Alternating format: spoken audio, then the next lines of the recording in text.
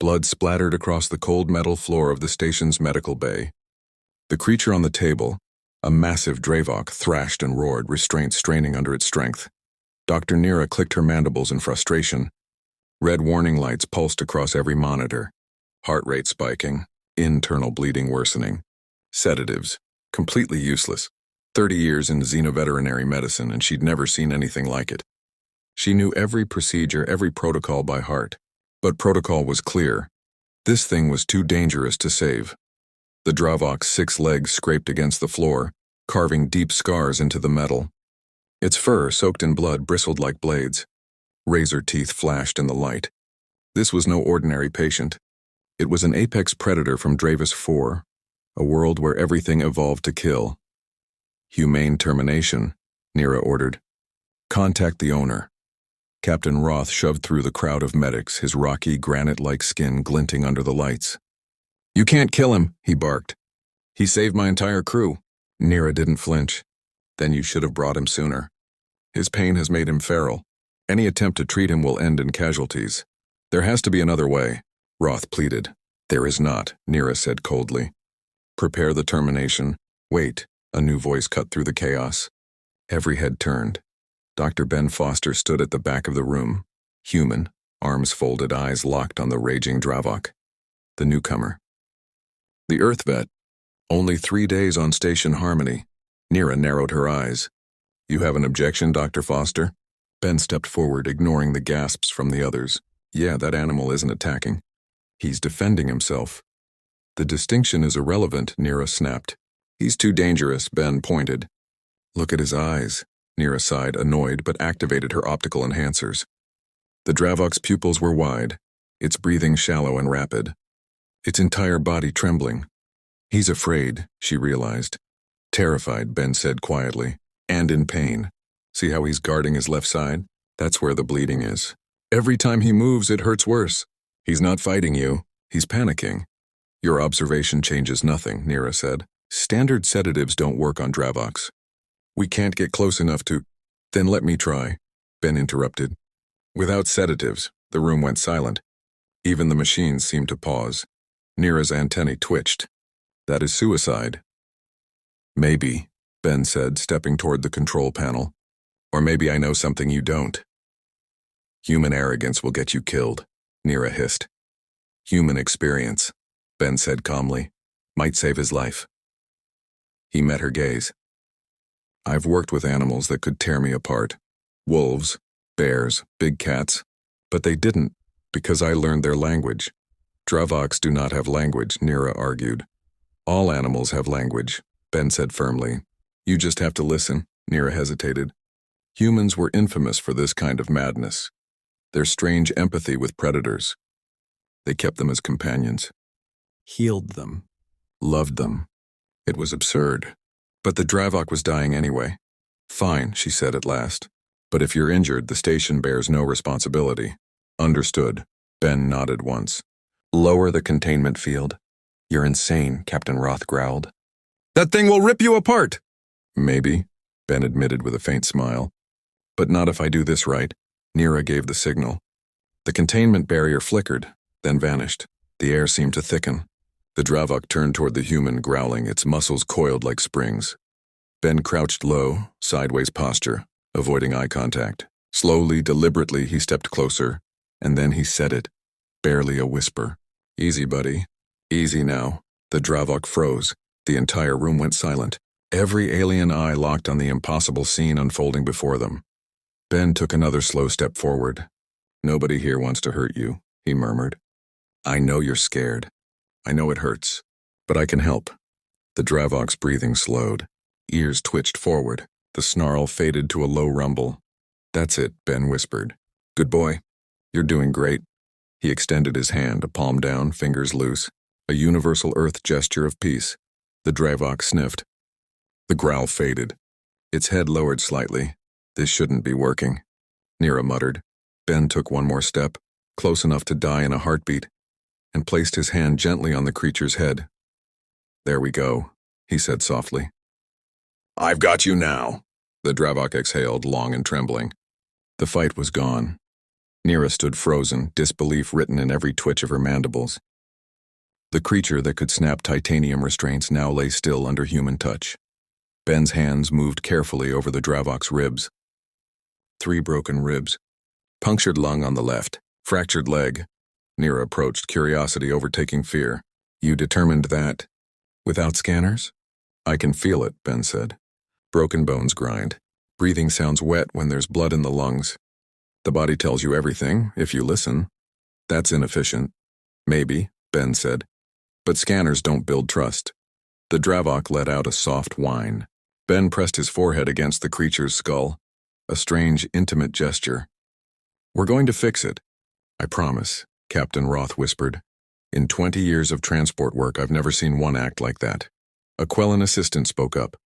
Humans bond with predators. They keep them as pets. Strange, Nira said quietly, but effective. Dr. Foster, she said. What do you need? Ben didn't hesitate. Bone stabilizers. Regeneration gel, cellular nanites, and a blanket. A blanket? Nira asked. He's going into shock. Feel his nose, cold and dry. Nira touched it, astonished. He was right again. They brought the supplies. Ben worked steadily, still murmuring softly to the Dravok. He told stories, about Earth, about mountains and wolves and a dog he once saved.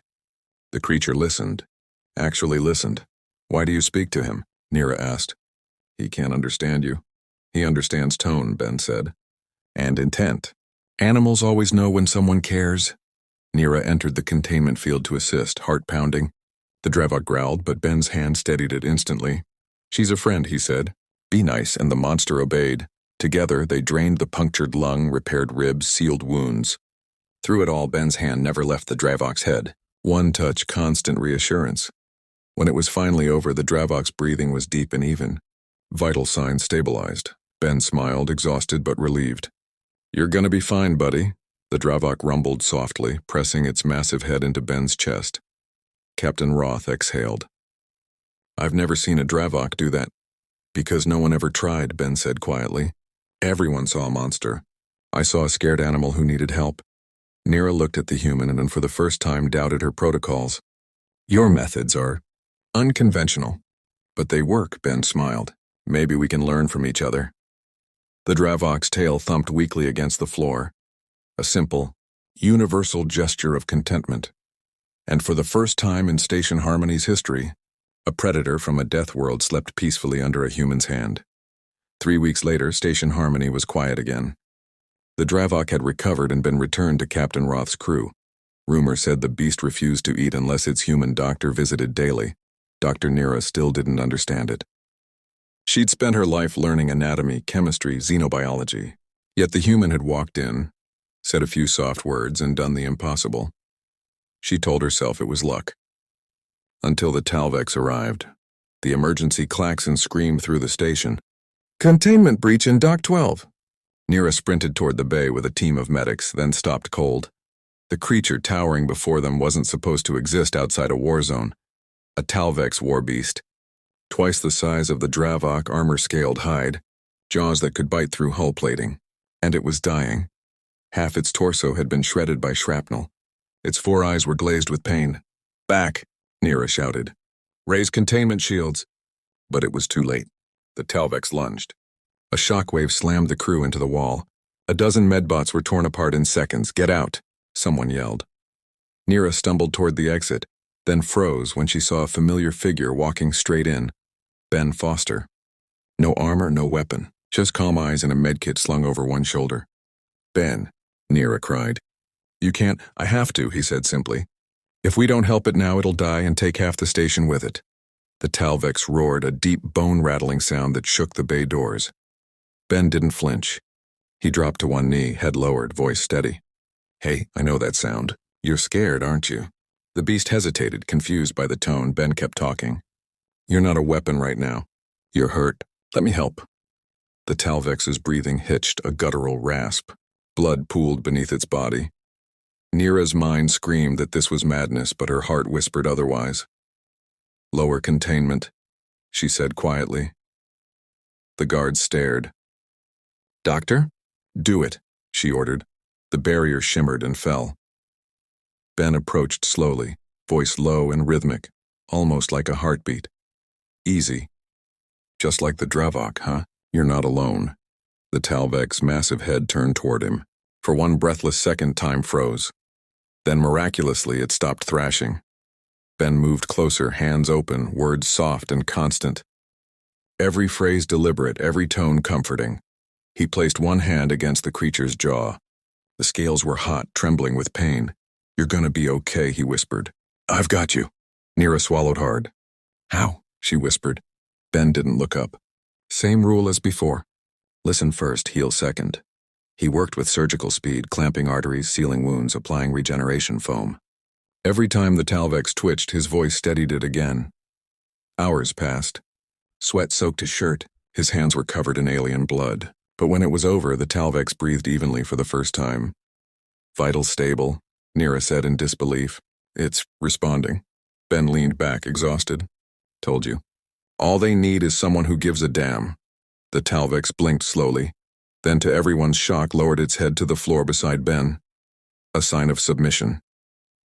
Nira exhaled, awed. "You do realize what you've just done?" "That creature has never submitted to anyone outside its handlers." Ben smiled faintly. "Guess I'm just a good listener." Aftermath news spread across the station within hours. First the Dravok, now the Talvex. Two apex predators tamed by a single human doctor. Some called him reckless. Others called him insane. But the rest, the ones who saw what he did with their own eyes, called him something else. The Whisperer. Nira began studying his methods, trying to understand. "You never use dominance," she said one evening. "No threats. No control. Just trust." Ben shrugged. "On Earth, that's how it starts. You earn it. You never demand it. And what if they betray it? Then you forgive," Ben said simply. "Because sometimes that's how they learn." Nira stared at him, wondering how a species that came from a small, fragile world could hold so much quiet strength. A message arrived from the Galactic Council weeks later. They wanted to study human empathy as a tactical and medical advantage. For the first time in recorded history, emotion was being classified as a weapon. Ben laughed when he heard that. "It's not a weapon," he said. "It's what makes us human." Epilogue months later as Station Harmony drifted in orbit. The sound of heavy footsteps echoed through the docking bay. A massive shadow approached, scaled hide glinting under the lights. The Dravok, and beside it, the Talvex. Both creatures bowed their heads as Ben stepped forward, smiling softly. "Well," he said, "look who came to visit." They rumbled deep greetings that shook the air. Two apex predators, united by something no one else could explain. Nira watched from the observation deck, quiet awe in her voice. "How do you do it, Ben?" He looked up, eyes bright. "I just treat them like they matter." The Dravok leaned down, brushing its head against him gently, and in that moment, every alien watching understood something they never had before. Why humans were feared, respected, and loved all at once. Because in a universe built on strength, the greatest power of all was compassion.